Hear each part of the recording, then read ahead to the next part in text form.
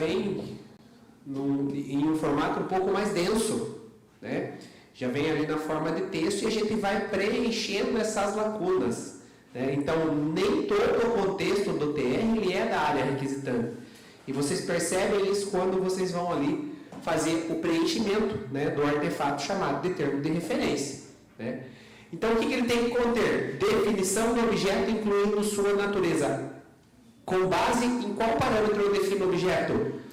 A partir do meu estudo técnico preliminar, né? Então, eu avanço no meu estudo técnico preliminar, eu consulto o mercado, eu tenho ali uma indicação de solução e a partir dali eu vou materializar o meu objeto por meio do TR. E a percepção que eu tenho, né, sempre, inclusive quando a gente está em prática relacionada ao estudo técnico preliminar, é que a gente sai do ETP com pelo menos ali 60% ou 70% do TR já pré-materializado, né? Porque eu já saio com uma definição de solução, eu sou provocado ali a trazer especificações e também quantitativos e precificar. Porque ali no ETP eu tenho aplicação, mesmo que seja de maneira prévia, né? Então ele tem que me dar subsídio para que eu consiga construir o meu termo de referência. E aí o que eu incluo na definição desse objeto? Quantitativos, né? Lembra que eu mencionei de onde vai, qual é o parâmetro, né? Ou de onde vai surgir o seu planejamento, né? É do histórico anterior, é do comparativo do consumo. Fizemos aqui um cálculo mediante o que nós temos de demanda e chegamos à conclusão. Então eu materializo no TR. O que mais? Os prazos de contrato. Se a gente analisar os prazos, eles também estão atrelados lá nos requisitos do meu estudo técnico preliminar. Eu posso tratar ali de prazos, né? Tanto de entrega, quanto de prestação de serviço, né? Ou parcelas de execução, né? E se for o caso, a possibilidade de sua prorrogação. Esse é um ponto bem importante que eu gosto de enfatizar. Por quê? Lá no artigo 106 da 14133, ele traz o seguinte, que os contratos eles podem ser prorrogados desde que haja previsão no edital. Então, se o teu edital não faz uma previsão de prorrogação, por mais que a lei traga a possibilidade da prorrogação, se não está previsto no teu edital, você não pode prorrogar. E aí, por isso que é importante a gente já dar atenção lá no TR, porque ele traz aqui ó, a possibilidade de prorrogação. Então, quando eu for tratar da definição do objeto, eu já trago aqui, né, se eu pretendo prorrogar esse contrato, dependendo do modelo de contrato, isso é possível, eu já trago a indicação da possibilidade de prorrogação. O que mais? Fundamentação da contratação que consiste na referência aos estudos técnicos preliminares. Então, da base, da fundamento para essa contratação, todo o trabalho que eu tive ali na construção do meu estudo técnico preliminar. Então, aqui, eu vou apenas citar ele, né? Vou fazer referência ao meu ETP, conforme elencado lá nos tópicos do meu estudo técnico preliminar. Aí vamos para a solução como um todo, descrição da solução como um todo. Eu tenho exatamente esse tópico lá no ETP. Então eu vou me valer dele, porque nesse momento lá no ETP eu já defini a solução. E como eu estou materializando o meu TR, aqui ele complementa que é necessário considerar todo o ciclo de vida do objeto. Desde o momento que eu estou prevendo a contratação, pensando como que essa contratação vai se comportar aqui no âmbito da minha administração. Se será entrega parcelada, se será entrega imediata, se será entrega mensal, se será prestação mensal, né? Se é um objeto onde eu vou trabalhar com logística reversa, já que eu estou considerando todo o ciclo de vida do objeto, então eu tenho que pensar na produção e na destinação final, por exemplo, troca de lâmpadas, né? Então hoje é comum, mediante a política que nós temos aí, né, de preservação do meio ambiente e tudo mais, e dos impactos ambientais, é comum que o edital traga a previsão, né, de que aquele fornecedor que vai fazer a entrega da lâmpada faça também o descarte, assim como baterias e outros objetos onde isso é possível de se trabalhar. Requisitos da minha contratação. Lá no meu ITP eu tenho exatamente esse tópico. Então eu vou me valer desse tópico. Os requisitos eles foram elencados lá. Só que aqui ele vincula também ao quê? Aos requisitos de natureza jurídica, fiscal, econômica, financeira, trabalhista e técnica, são os documentos de habilitação. Por isso que nem tudo é da área requisitante. Né? Vocês não vão ter condições de trazer ali o rol de documentos, mas aí o setor de licitações já sabe o rito e as minutas de termo de referência elas já têm esses documentos a serem exigidos. Tá? Então é uma junção entre o que foi citado lá no meu ITP, mais os requisitos de natureza para fins de habilitação. Tranquilo? Modelo de gestão do contrato. Como a execução do objeto, modelo de gestão do contrato e como a execução será acompanhada e fiscalizada pelo órgão ou entidade. Né? Então, como que se dá o trabalho de gestão e como que se dá o trabalho de fiscalização do meu contrato? Lá no ETP também eu tenho um tópico parecido como esse, chamado providências necessárias, e ao final ele termina com, inclusive, relacionados a recebimento, gestão e execução do contrato, tem algo nesse sentido. Então eu vou resgatar de lá e trazer para cá, só que aqui eu vou dizer como que vai se dar o trabalho da gestão e da fiscalização do contrato. Como que o fiscal de contrato vai trabalhar, né? O que ele vai fazer no provisório, o que ele vai fazer no definitivo, qual o trabalho do gestor de contrato. Professor, aonde que eu encontro isso? No regulamento. Se vocês tiverem, se vocês não tiverem regulamento, a União regulamentou. Então vocês podem observar no regulamento da União e se valer daquilo que é condizente à realidade de vocês, porque o regulamento da União, ele vai um pouco além assim daquilo que a gente consegue de fato abarcar. Tá? Tranquilo, pessoal? O que mais? Vamos lá. Modelo de execução do objeto, que consiste na definição de como o contrato deverá produzir os seus resultados pretendidos desde o seu início até o seu encerramento. Então aqui basicamente mencionar o todo de como será a execução do meu contrato. Aqui a inteligência artificial pode me auxiliar para trazer uma definição um pouco mais precisa com relação ao modelo de execução do meu objeto. Critérios de medição e de pagamento. Né? Então, como que será pago após recebido? Né? Parcelado, à vista, em até 30 dias, em até 60 dias, de imediato, 5 dias após o recebimento. O que mais? Forma e critério de seleção do fornecedor. Por isso que, às vezes, lá o setor de licitações menciona que é dever da área requisitante falar da modalidade. Porque aqui ele refere-se ao critério de julgamento, que está atrelado às modalidades. Mas isso aqui é meio que padrão. Eu não colocaria como responsabilidade da área requisitante. Se vocês olharem nas minutas de termo de referência, ele já tem ali as sugestões. O modelinho ali da AGU, inclusive, ele traz ali textos orientativos para cada critério de julgamento que for escolhido. Estimativa do valor da contratação, acompanhada dos preços unitários, referenciais, das memórias de cálculo e dos documentos que lhe dão suporte, como os parâmetros utilizados. Então, aqui é o valor de referência da contratação. Diferente daquele valor lá do meu ITP, que geralmente ele é estimado, aqui eu já estou me referindo à cesta de preços. A composição dos preços, ao artigo 23, do inciso 1 ao inciso 5, materializando essa formação de preços, seja com base no meu regulamento, ou com base na IN 65 da União, por exemplo, que também dispõe do procedimento administrativo para a formação de preços, tá? Não estou falando nada aqui que vocês não estejam entendendo, né? Tá tudo certo, né? Tranquilo. E adequação orçamentária, a rúbrica orçamentária, né? Então está tão complexo assim de entender o termo de referência? Não está. A gente já sai assim com a bola, né, na linha do pênalti sem goleiro, né? Do ETP para o TR.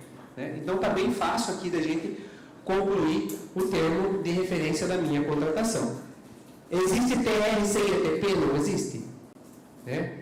Em tese não existe, porque o ETP encontra a solução para que eu materialize ela no meu termo de referência. Certo, pessoal? Artigo 40, o termo de referência deverá conter os elementos previstos no inciso 23 do caput do artigo 6º, além das seguintes informações. 1. Especificação do produto. preferencialmente conforme catálogo eletrônico. Nós falamos de manhã sobre a catalogação, sobre o catálogo eletrônico, né? Então, o artigo 40 reforça, né? Vamos dar preferência à catalogação de itens, a criar catálogo, ou então utilizar o catálogo eletrônico ali, o catálogo, né, de itens da União que já existem. Observar os requisitos de qualidade, rendimento, compatibilidade, durabilidade e segurança. Tem como eu garantir isso com aquela especificação rasa do tênis, do sabão em pó? Não tem, né? Então, eu preciso de especificação, né? Eu preciso de especificação técnica que eu consiga dar subsídio para que as partes garantam qualidade, rendimento, compatibilidade, durabilidade e segurança. Então, não é com descrição rasa que eu vou conseguir isso.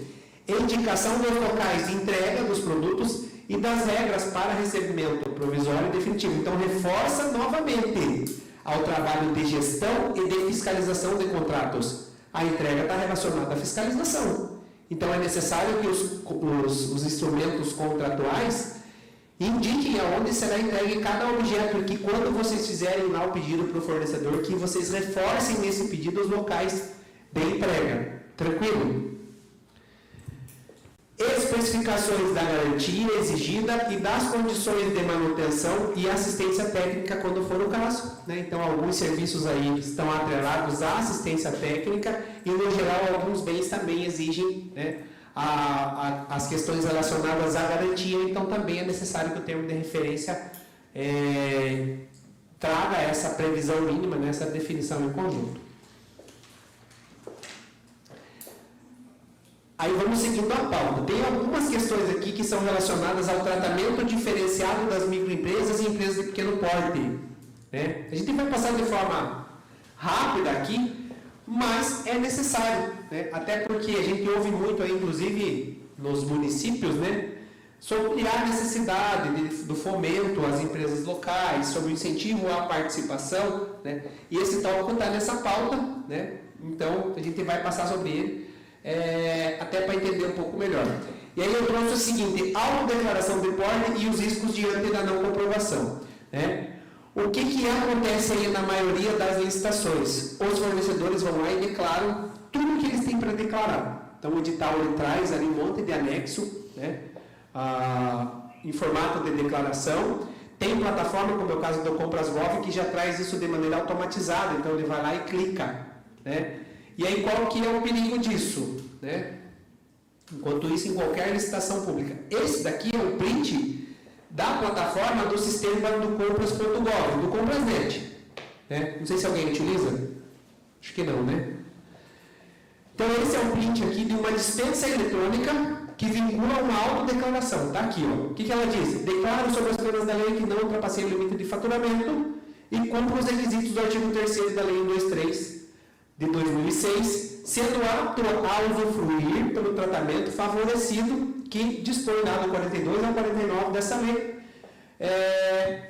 Então, o que ele está dizendo aqui? Que ele declara que ele é. Só isso aqui é necessário? Por que não é necessário? Porque o fornecedor ele nem lê. Ele vai lá e coloca assim para poder passar. E se ele não fosse, ele colocava não e ele ia para frente, a não ser que essa licitação seja exclusiva. O que é necessário aqui? A validação da informação. Porque, no geral, os fornecedores não leem. Não leem edital, não leem declaração, não leem o que está fazendo. Ele vai lá e declara. Isso aqui pode virar problema para mim no futuro? Pode, porque perante a nova lei, declaração falsa é crime. Ele vincula tanto aquele que declarou, quanto aquele que não buscou subsídios para comprovar a informação. Como declarar? Como comprovar, professor? Vamos andando aqui à frente que daqui a pouco a gente entra no vínculo do assunto. Critérios, regras, regimes e porte e a comprovação da condição. Vamos lá. Lei Complementar 123, então esta lei trata dos benefícios da microempresa, empresa de pequeno porte e também abrange o meio, né? Artigo 3º, para os fins dessa lei complementar, consideram-se microempresa, empresa de pequeno porte, a sociedade empresária e a sociedade simples e a empresa individual de responsabilidade limitada, devidamente registrada nos registros de empresas mercantes ou nos registros civil de pessoas jurídicas, conforme o caso, desde que comprove. Vamos lá. Artigo 3º. No caso de ME, Alfira, em cada ano o calendário receita bruta igual ou inferior a 360 mil. Então, a microempresa, ela é denominada micro até, enquanto ela fatura até 360 mil. A partir do momento que ela passou esse faturamento no ano anterior, nesse ano ela já não pode mais ser considerada como uma micro. Automaticamente ela desenquadra, ela vai para o regime da empresa de pequeno porte, que está aqui, ó. 2, no caso de DPP, Alfira, em cada ano o calendário, receita bruta superior a 360 mil e igual ou inferior a 4.800.000. Então, a cada ano, né, ela é considerada DPP, que passou de 360, e ela tem que faturar até 4.800.000. Quando ela ultrapassa, ela não é mais. E aí vocês vão perceber que às vezes, olhando aquele balanço, a empresa fatura um monte, né? Fatura lá 10 milhões, né, 11 milhões e tem declaração de micro. E aí quando você vai olhar o faturamento bruto, ela ultrapassou. E daí como é que fica? Ela poderia ter benefício? Ela não poderia? Né? E como buscar aí um meio de comprovar? Né? Então, a autodeclaração só não é suficiente, eu preciso confirmar. E o que é o último ano do calendário? Se eu estou em 2025, o ano de 2024. É ele que vai me dar ali a base. Né? Considera-se receita bruta, né, o produto de venda, bens ou serviços nas operações de conta própria, de preço ou serviços prestados, o resultado das operações de conta alheia e as demais receitas. Então, é toda a receita que a empresa tem, não é só o somatório de contratos públicos. Tá? O que mais? No caso do início de atividade no próprio ano calendário, o limite será proporcional ao número de meses em que a microempresa, empresa de pequeno porte, tem exercício da atividade. Né? Então, vai contar ali desde o momento que ela iniciou as atividades proporcional aos meses, então o limite para ela diminui.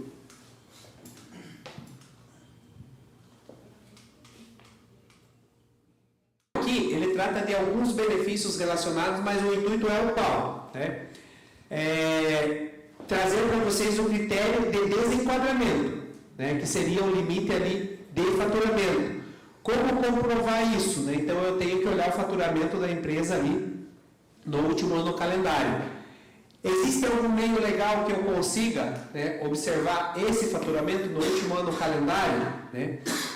Seria muito interessante se tivesse lá dentro do site da Receita, né, em algum lugar, para que eu conferisse. Afinal, a Receita tem esses dados ali quando a empresa faz a entrega do balanço patrimonial, só que não tem. E aí o que eu tenho que fazer enquanto agente de contratação? No momento que eu encontro uma declaração de micro, preciso buscar subsídio para comprovar. Né? Balanço patrimonial ele comprova, se for no último ano do calendário, tem que buscar lá o demonstrativo do resultado do exercício para encontrar o faturamento da empresa naquele ano. E aí eu observo quanto ela faturou. Se ela ultrapassou 4.800.000, mas ela declarou que é micro, eu não posso só simplesmente já não conceder benefício, eu tenho que desclassificar ela, porque ela fez uma declaração falsa, e encaminhar para a tomada de providência, porque declaração falsa é considerada uma infração passível de sanção. Então é bem complexo essa questão. Outra forma, se ela for optante pelo Simples Nacional, eu faço uma consulta do CNPJ lá no site, optante do Simples Nacional, e se ela for optante, eu tenho a certeza de que micro ou EPP ela ainda é. Né? A questão é que nem toda EPP é optante pelo Simples, então só isso não é suficiente. Às vezes eu acho lá, consulta a empresa não é optante, eu tenho que olhar o balanço. Tá? O DRI do balanço. Isso é relevante? É relevante, né? Porque se der algum problema, né? Alguma tomada de providência e for constatado ali que a declaração é falsa, e você que é o responsável por aquela licitação não consultou a veridicidade daquela declaração, né? Você pode ser vinculado aí a um processo administrativo.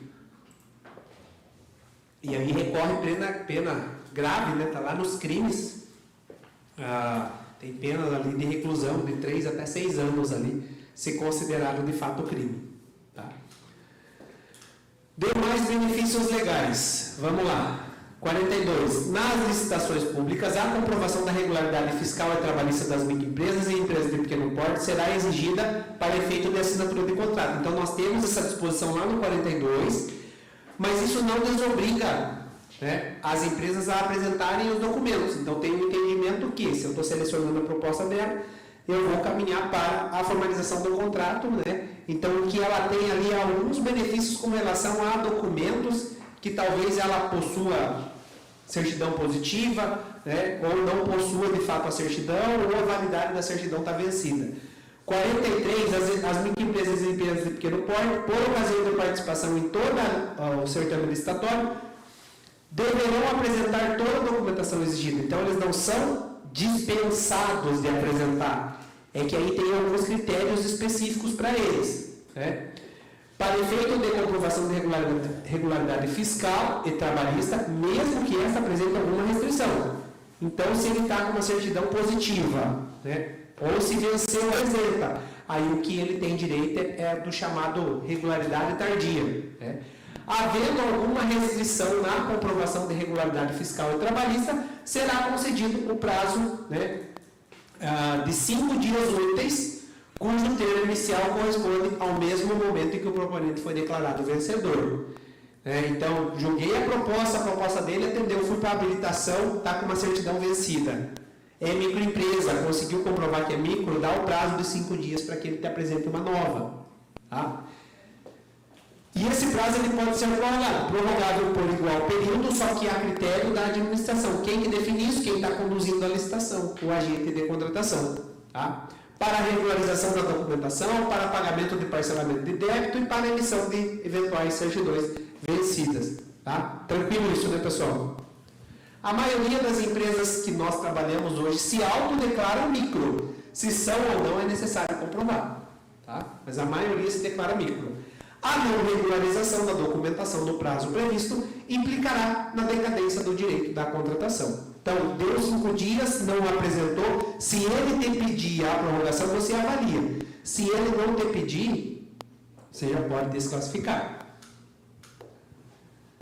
44. Nas licitações será assegurado como critério de desempate a preferência das contratações de microempresa e empresa de pequeno porte. Né? Então, ele tem o chamado empate ficto, e entende-se por empate aquelas situações em que as propostas apresentadas pelas micros sejam iguais ou até 10% superiores à proposta mais bem classificada, e no caso de pregão, esse percentual ele diminui. Aí, na modalidade pregão, o intervalo será de até 5% superior ao melhor preço. Então, se tem uma micro e tem uma empresa de grande porte, né? A empresa de grande porte, se ela quer ganhar ali no lance, ela tem que se preocupar sempre em dar um lance de 6%.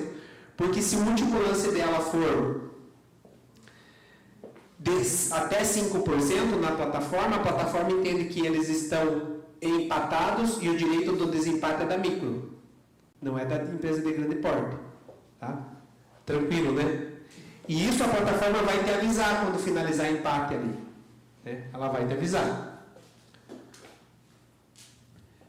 Para efeito das disposições do 44, ocorrendo empate, proceder-se da seguinte forma. A microempresa ou empresa mais bem classificada poderá apresentar proposta de preço inferior àquela considerada vencedora do certame, situação em que será adjudicada em seu favor. Então, o direito é da micro, ele é avisado e ele pode apresentar, né, uma proposta ali de valor inferior. Não ocorrendo a contratação de microempresa e empresa de pequeno porte, serão convocados os remanescentes que porventura se enquadrarem, né, como microempresa e empresa de pequeno porte, não se tiver ali naquela margem 2,5% para desempate. No caso de equivalência dos valores apresentados pelas micros, será realizado um sorteio entre as micros para que se identifique aquela que primeiro poderá apresentar o lance. Né? Isso a plataforma hoje também faz já de maneira automática. Tá? O que mais? Na hipótese de não contratação nos termos previstos no caput do artigo, o objeto licitado será adjudicado em favor da proposta originalmente vencedora. Então, vamos supor que não quis desempatar, né? Então, quis o desempate. Então, ele volta ali para a empresa de grande porte, né, que ofertou ali, em tese, a menor proposta.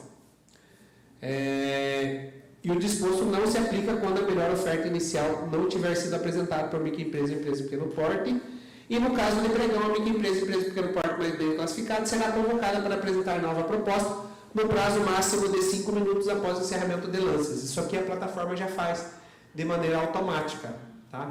Às vezes eles nem observam ali e acabam perdendo, né, a negociação por não observar esse tempo ali que a plataforma deu para o novo lance. 47, que é o que mais, não vou dizer que está em alta, né? Mas ele vem na forma do dever. 47, 48 e uma observação grande no 49, que acaba sendo geralmente ignorado aí pelos agentes. Nas contratações públicas da administração, direta e indireta, autárquica, fundacional, federal, estadual e municipal, deverá. Então é nosso dever, né, enquanto agente de contratação, ser concedido tratamento diferenciado e simplificado para as microempresas e empresas de pequeno porte, objetivando a promoção do desenvolvimento econômico e social. Então é para isso que esse tratamento diferenciado serve, né, para fomentar e aquecer a economia, mas também para desenvolver aqui, né, de maneira social, no âmbito municipal e regional. Quando isso daqui saiu pela alteração lá disposta na Lei Complementar 147, porque anteriormente na 123 isso daqui era poderá, passou para deverá. Ficou de difícil compreensão de como fazer isso na prática. Então quer dizer que parece que dá para fazer uma licitação exclusiva para micro, para fomentar local, ou então regional, né? Só que, como não havia uma regulamentação específica, ninguém sabia ao certo como aplicar. E houveram muitas tentativas por parte da administração. O próprio SEBRAE também fomentou e teve muita intervenção dos órgãos de controle nos processos licitatórios, mediante a aplicabilidade incorreta disso daqui. E qual que é a forma certa, professor, para aplicar isso? Né? Vamos continuar aqui a leitura do capítulo do artigo. Né? No âmbito, objetivando a promoção do desenvolvimento econômico social, né, no âmbito municipal, bem como a ampliação da eficiência das políticas públicas e o incentivo à inovação tecnológica. Então, para fazer isso, eu preciso tratar, né, do desenvolvimento econômico, né, seja do desenvolvimento, seja econômico, seja social, mas eu também preciso pensar em ampliar a eficiência do resultado das contratações públicas. Então eu preciso pensar aqui em como, através das licitações, com base na disposição do artigo 47, eu consigo de alguma forma fomentar aqui o desenvolvimento econômico e social do meu local e da minha região. Né? Pelo volume das contratações, nos leva aí a acreditar que eu poderia, então, comprar mais das empresas do município, fomentando e aquecendo a economia, né? Fazendo com que eles vendam mais. Assim, em tese, eles poderiam contratar mais pessoas para trabalhar com eles também. Então, eu estou aumentando aí a empregabilidade, eu estou trabalhando com o social também, né? Eu poderia também aproveitar aí os recursos das licitações, pensando também em comprar mais do agricultor familiar, né? Fomentando aí a produtividade local também que se tem aí com esses produtores, né? Eu poderia pensar em resolver um problema no meu local e na minha região, como aconteceu lá em Brumadinho depois da barragem, né? O que aconteceu lá em Brumadinho? Rompeu a barragem e teve um passivo gigante lá, que era aquele barro ali, né? Que se espalhou por toda a região ali e precisava dar uma destinação posterior a isso. E lá tem olarias, né? Uma região que tem olaria. Então, qual que foi a inovação tecnológica ali? Vamos utilizar o recurso das contratações, né? Pensando que, para aquelas licitações onde a gente vai comprar tijolo, só poderá participar da licitação aquela olaria que for lá e fazer o recolhimento daquele passivo e colocar na produção, né, dos tijolos. E aí quem comprovar que está fazendo o recolhimento do passivo, colocando aquele barro na produção dos tijolos, fazendo um produto que inove ali e que também resolva um problema que é público, que eles tinham lá, com relação ao passivo que ficou, né, poderia participar. Então, eles fomentavam para que eles fizessem ali a limpeza, dessem uma destinação final e com isso tivessem retorno de renda. A comprovação desse estudo está no acórdão 21, 22 de 2019 do Tribunal de Contas, aonde dá para vocês a receita de como trabalhar o fomento econômico local. Tá? Então, se vocês têm a intenção de incentivar lá no órgão para que se compre mais da cidade e do município, estudem o acórdão do Tribunal de Contas do Estado do Paraná 21, 22 de 2019, que ele traz basicamente esse exemplo de Brumadinho e discorre um monte sobre isso. Tá? Então, posso fazer uma licitação local? Posso, só que eu tenho que pensar no atendimento aos objetivos do 47, né? Que é a ampliação da eficiência das políticas públicas, o desenvolvimento econômico a nível local, a nível regional e o incentivo à inovação tecnológica também. Então, não é só simplesmente eu pegar um objeto e falar que essa daqui é exclusiva local, empresas do município, né? Mas eu não comprovei o atendimento dos objetivos do 47, então eu preciso comprovar. Ficou claro, pessoal?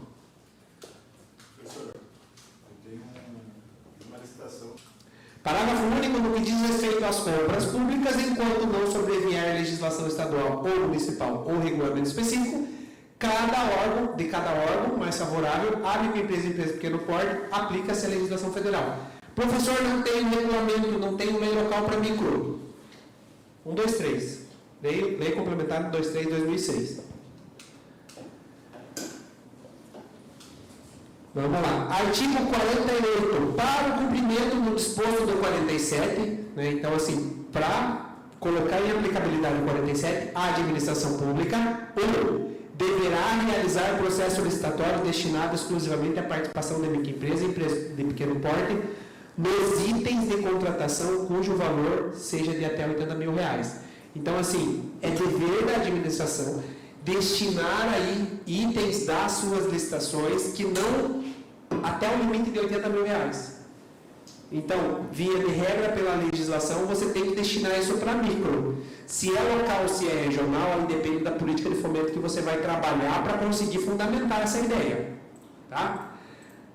Lá no município de Nova Tebas, que é o município onde eu moro, enquanto servidor, a gente trabalhou muito em cima desse acordo. E nós nunca tivemos problemas com relação às licitações. Teve fornecedor que questionou, teve fornecedor que foi desclassificado, mas sempre funcionou bem. E nunca tivemos um tribunal fazendo ali um cancelamento de uma licitação, uma intervenção da licitação por causa disso. Mas a nossa preocupação foi sempre em comprovar o atendimento dos objetivos antes de aplicar benefício. Porque eu via edital para todo lado aí sendo impugnado, sendo revogado, mediante a falta desse cuidado. Então, o cuidado que a gente sempre tinha era de comprovar o atendimento ali, né, do 47. Tá? E esse dever aqui, ele permanece, você tem que destinar, mas tem alguns requisitos ali que tem que ser cumprido, que estão lá no 49, antes de você destinar. Tá? Então, eu tenho a liberdade de não destinar um item para micro, se esse item não chega a R$80 mil, e é assim, licitação de medicamento, o todo da licitação é 800 mil, só que dos 800 mil não tem nenhum item que ultrapassa 80, todos são exclusivos em tese para micro, desde que eu atenda aos requisitos do 49, que nós já vamos chegar lá. Tá? Então, agente de contratação, porque essa aí é tua, tá? Você não tem a liberdade de não aplicar benefício. Para não aplicar, você precisa entrar lá no atendimento do 49. Nós já chegamos lá. E quando ultrapassa 80 mil, como é que funciona? Ainda tem benefício. Deverá estabelecer em certames para aquisição de bens de natureza divisível. Só que vejam, não entra serviços. Então são só os itens, são só os bens. Tá? Serviço não entra. Aqui entra obras, aquisição de obras e serviços. Né? Desculpa. Eu pulei um aqui. Tá aqui, ó. Deverá destinar, né, em processo licitatório exclusivamente a participação da microempresa e empresa de pequeno porte nos itens de contratação, né, até 80 mil. Aí eu pulei as obras, né, me desculpe. Poderá realizar em certames em processos licitatórios destinados à aquisição de obras e serviços. Ele fala aquisição, mas é contratação de obras e serviços. exigiu dos licitantes a subcontratação da microempresa e empresa de pequeno porte. Então, aqui é possibilidade, né, nos serviços e nas obras, uma parcela ali, eu posso permitir a subcontratação. Na prática, as empresas subcontratam em qualquer coisa. A empresa pega uma obra lá no teu município, ela vai lá e contrata todo mundo da cidade e ela nunca aparece. Só que, via de regra, a legislação diz que para subcontratação, vocês têm que dar o aval. E se vocês proibirem, ela não pode fazer. Então, hoje o cenário é esse, a empresa vem, ela ganha uma licitação e ela vai querer terceirizar tudo. Aí vamos para o terceiro. Desculpa, pessoal, fiz um boleiro aqui, né? Deverá estabelecer em certames para aquisição de bens de natureza divisível, cota de até 25% do objeto para a contratação de microempresa e empresa de pequeno porte. Como é que funciona? Então, eu tenho 6 unidades de um bem, essas 100 unidades chegam a 100 mil reais. O que eu faço? Eu faço um cálculo, 100 vezes 25%, e o valor que der ali de quantidade, então aquele quantitativo eu crio uma cota do item para micro. É um novo item? É. Então na plataforma eu tenho o item de ampla e eu tenho a cota, né, com aquele 25% de quantidade. Bem simples de entender. Tá? As plataformas fazem isso hoje de forma automática.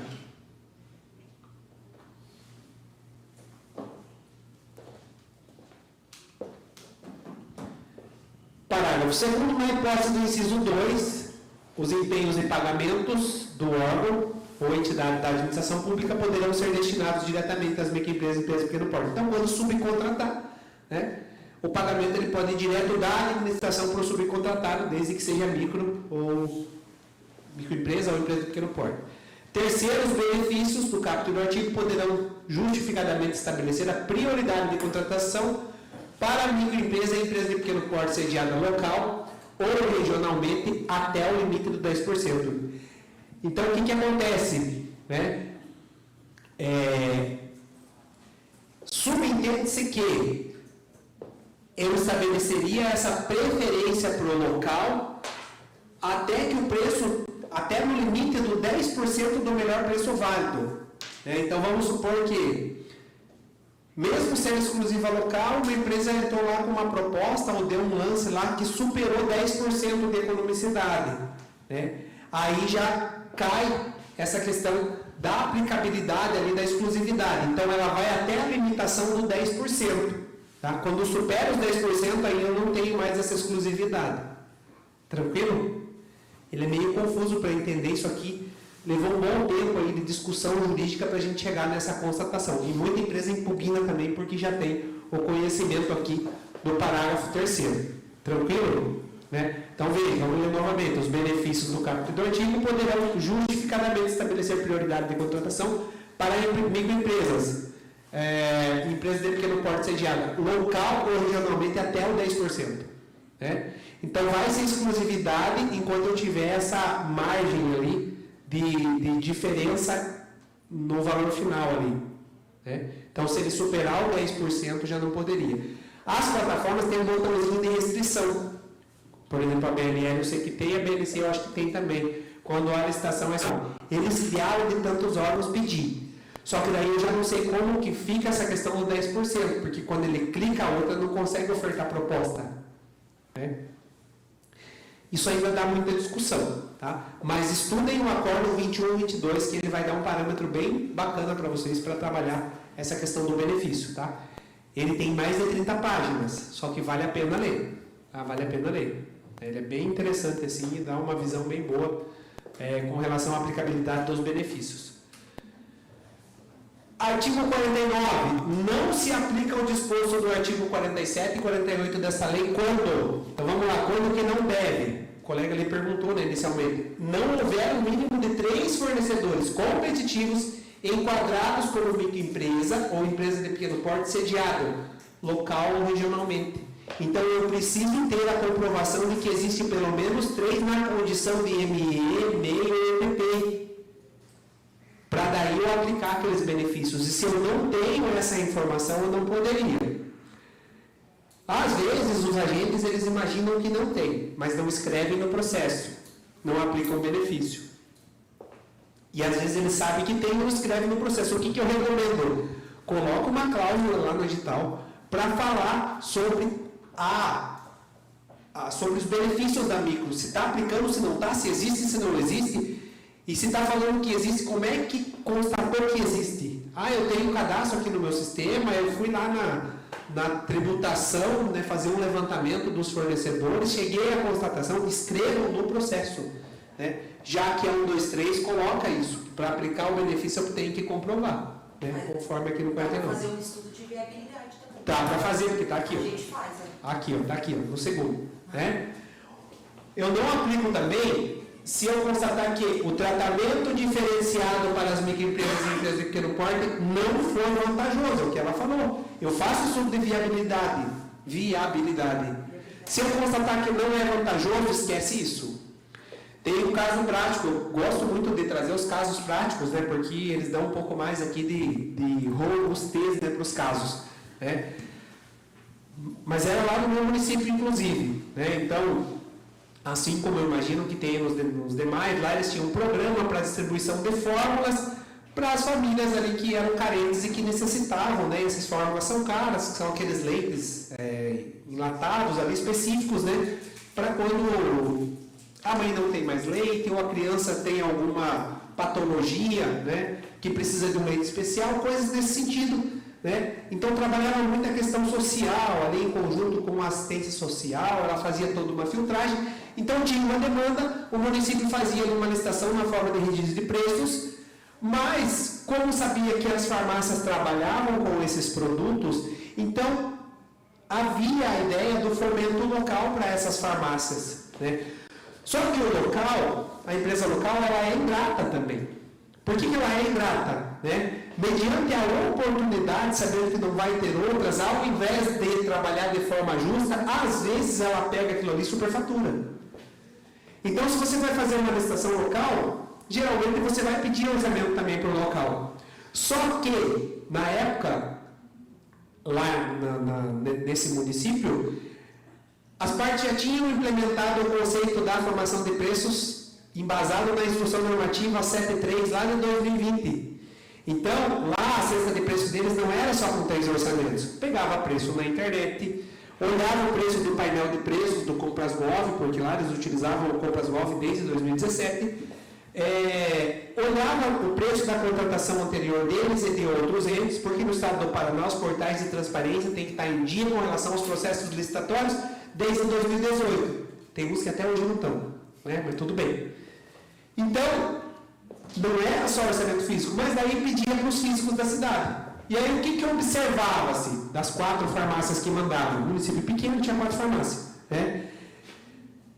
Que estava dando uma diferença de mais ou menos 60% para mais do valor que eles estavam ofertando para a administração. Então, assim, né, nas outras fontes, consegui observar que estava ali, tipo, 60% abaixo do valor que eles estavam tentando ofertar para a administração. Aí, o que ia acontecer? Se fizesse aquela licitação restrita para eles, né, possivelmente não teria economicidade. Né? Ao invés de haver a gratidão por parte do comércio, considerando que tem toda essa política de fomento e dá todo um trabalho para chegar aqui na justificativa dessa licitação, não. O comércio pede que é superfaturar a licitação para ganhar ainda mais, né? Para colocar aí 60%, 70% de superfaturamento para a população, eles não estão vendendo nesse valor. Eles estão vendendo um valor próximo do que eu estou encontrando lá no site. Aí o que foi feito a partir daí? Foi juntado isso, foi justificado e comprovado que estava superfaturado, e a partir dali aquela licitação não foi mais exclusiva. E aí, pasme, comprou de grandes laboratórios, comprou de representantes, comprou de outros fornecedores, no valor próximo ao que estava ali na internet. Então, olha a economicidade que teve para a administração. Né? Então, cuidado também com essa questão do fomento local, porque às vezes as empresas elas querem ter aí um enriquecimento muito além do justo, tá? Não dá para generalizar, não dá. Nós gostamos das empresas locais, sim, principalmente lá, porque temos, né? É uma cidade menor, a gente gosta de onde mora, só que às vezes o pessoal quer se valer um pouco mais do que pode se valer. E aí, às vezes, a gente arruma problema para nós também, né? Porque se comprovar que a administração está pagando o valor aí excessivamente elevado do que a população está pagando, né? A administração vai ter problema também. Tranquilo? Então, se eu comprovei que não é vantajoso, ou se representar prejuízo, como foi esse caso, né, ao conjunto ou ao complexo do objeto a ser contratado, eu não aplico o benefício. Tá? Então, sempre uma atenção redobrada lá no 49 para aplicar os demais ali. Tá? Isso aqui remete-se basicamente ao 47 e ao 48, não para os demais benefícios, mas sim para as licitações exclusivas, para a abertura de cota e para aquela licitação ali exclusiva até 80 mil, para abertura de cota e para a exclusividade de participação local ou regional. Tá? Artigo 89.